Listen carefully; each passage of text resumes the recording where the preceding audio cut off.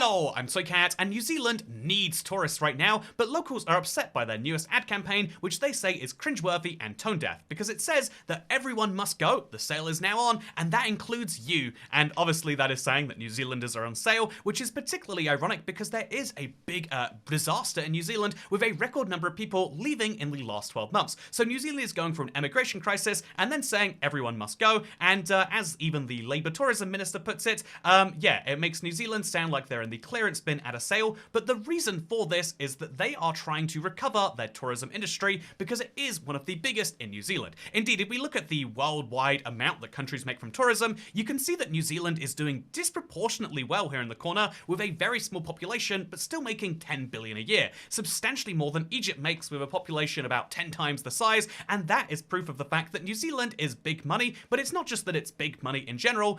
Indeed, you might say, but shouldn't we focus on New Zealanders? Because everyone has the instinct that tourism must be bad. People coming into your country and enjoying your stuff, despite the fact that they haven't lived here or built it, but actually it's one of, from an economic perspective, it's one of the best deals you can make as a country because people will earn their money in your country and then come and spend it in yours. This is an export effectively, and it's one of the cheapest exports because unlike spending domestically, where you have to, invest in people and make sure they've got healthcare, education, and infrastructure, tourists will just come into your country, spend their money at a much higher rate than they would in their own, and then they'll leave. It is such a good deal, and it's why the countries, why most Western countries try to make a lot of money from tourism, and indeed, you can see that's why New Zealand is particularly trying to advertise, and something you might find interesting is that this campaign was not aimed at the world, but specifically at Australians, because although tourism numbers are rebounding, Australians are particularly lagging behind the rest. This is something we'll find interesting and come back to later,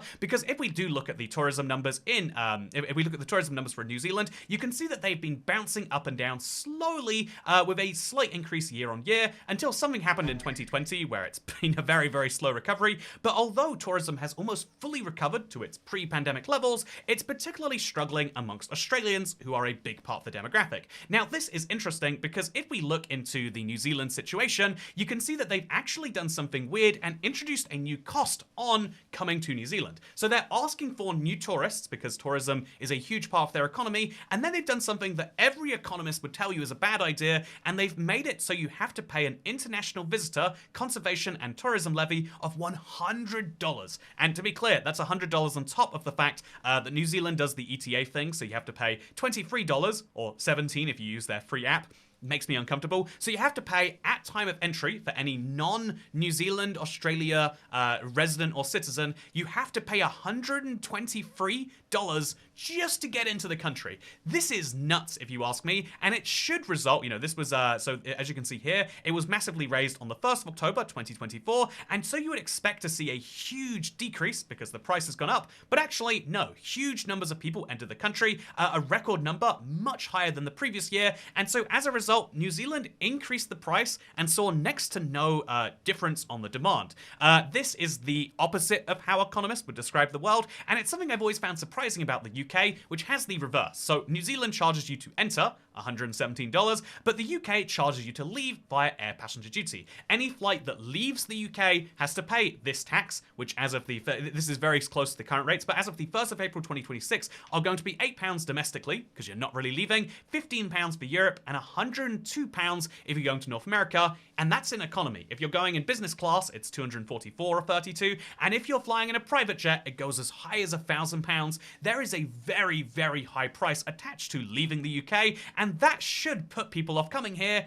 But the opposite seems to be true. So ignoring the fact that we have a lot of tourism revenue here, if we look at the amount of international tourist arrivals by country, you can see that the UK should be suffering a lot from this, but actually we still have more visitors than Germany. Germany has Berlin and Munich and all of these huge sites, but even though Germany doesn't charge you to leave, and therefore is a cheaper destination of comparable distance to most of the world, fewer people visit Germany than the UK. And what's also interesting is that even though 3 times as many people visit France, than visit the UK, and indeed about a third more than visit the United States. If we look at the actual amount that they make from this tourism, you can see that the United States makes the most from tourism revenue, followed by Spain, followed by the UK, with France all the way down in fourth. This is because there is a difference between tourism, people coming into your country, which it seems like there shouldn't be. Like, when you're selling, boxes of controllers, selling one controller is half as good as selling two controllers. When you're selling boxes of water bottles, selling 10,000 water bottles is much better than selling 9,000. But when it comes to people entering your country, there's a bit more of a fine-tuned process going on where the number of people entering is not directly analogous to the amount of money you will make. And indeed, you can see particularly here the weird distortions this has in places like India, which, by the way, huge place to visit, making substantially less from their tourism than Australia. How can that be true? Because the average tourist in Australia will spend far more. India might have a decent tourism industry, although it's hampered by visas in lots of ways, but the truth is Australia has fewer visitors, but more of those people spend more money per visit, partially because Australia's more expensive, and partially because it being more expensive leads more wealthy people to go there. In other words, tourism is not an absolute thing, but you kind of want to have wealthier people, which is one of the reasons why, even though if in every other good, right? If you say objectively to an economist, like, okay, New Zealand has raised the price of entering their country by $100, then in economics terms, you always have choices of what to spend money on. You can't buy everything, especially not for tourism. And so you should be saying, okay, I kind of wanted to go to New Zealand. I kind of wanted to go to Australia or China, or Japan, let's say. I kind of wanted to go to Japan. I kind of want to go to New Zealand. However, New Zealand just got $100 more expensive. Japan is the same price. Therefore, I will go to Japan, all other things being equal. However, what seemingly happens with tourism is the reverse. As you raise prices, you see next to no difference to demand, or you see the reverse. Again, you see more people wanting to go to high priced places, and I think the only way you can really describe this is with what's called a Veblen good. This is the weirdest reverse part of economics. It describes only things like Ferraris usually, but I think this is the only way you can describe tourism. People love cheap tourism. The idea of going around Southeast Asia is still huge to most people because it's one of the only parts of the world where you can, get a few thousand together and then travel for months and not be, like basically desolate the entire time. You can, with a month of salary at the average job in the Western world, you can live for a few months in a really, really fun way in Southeast Asia. And so, the cheap tourism is always going to be a thing. This is a similar thing for lots of countries. But then there's as you go more expensive, you reduce demand until a certain point where you increase it again. And I think this is what the US benefits from on a very large level. Like, it is expensive as heck to be a tourist in the US, but there's also a certain degree of there are expensive things you can only do in the US.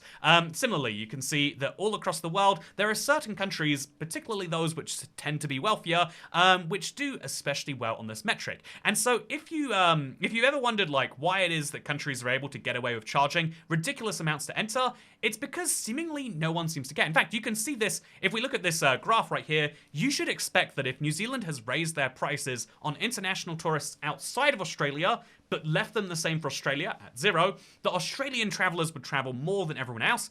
But as you can see here, New Zealand is having to spend money to get those Australians to revisit because Australians are not coming back to New Zealand, even though internationally more people are. This is something which is really, really bizarre, but is the weird truth of the modern world, and is one of the reasons why I think the reason I make this video and how I'm going to tie it into the geopolitical situation in the world is not just why is your country advertising to tourists while actively losing locals, because it's a good business deal. But then there's a second level of your country has a decent stake, by percent of economy, particularly in New Zealand, but your country has a decent stake in people wanting to visit your country that will shrink, like with Russia, if people can't. And this then has the knock-on effect of meaning you need to make your country appear appealing. And so one of the easiest ways to knock another country economically without ever doing anything directly is to make it seem like a bad place to go on holiday or a place that people don't feel aligns with their values, which is why all countries have a lot of messaging which is very aimed, I guess we could say,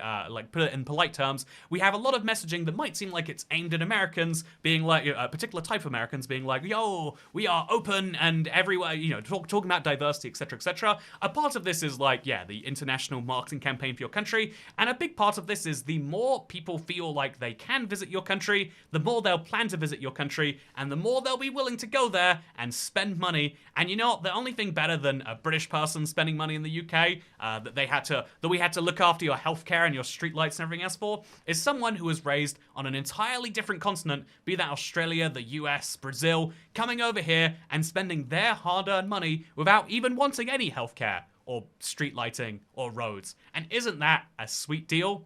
I guess that's the question I'll leave you with. For now though, thank you for watching, and if you enjoyed this sort of video, please do consider supporting at patreon.com. The daily video thing has gone very, very interesting, by the way, but I just want to finish this video and say that I hope you're enjoying it, because even as you watch this video and I'm in Canada, I'll see you. I'm doing tourism right now, actually. As you watch this video, I'm currently spending money in another economy, and I'm probably going to spend more money at Niagara Falls or whatever than I would in my home country.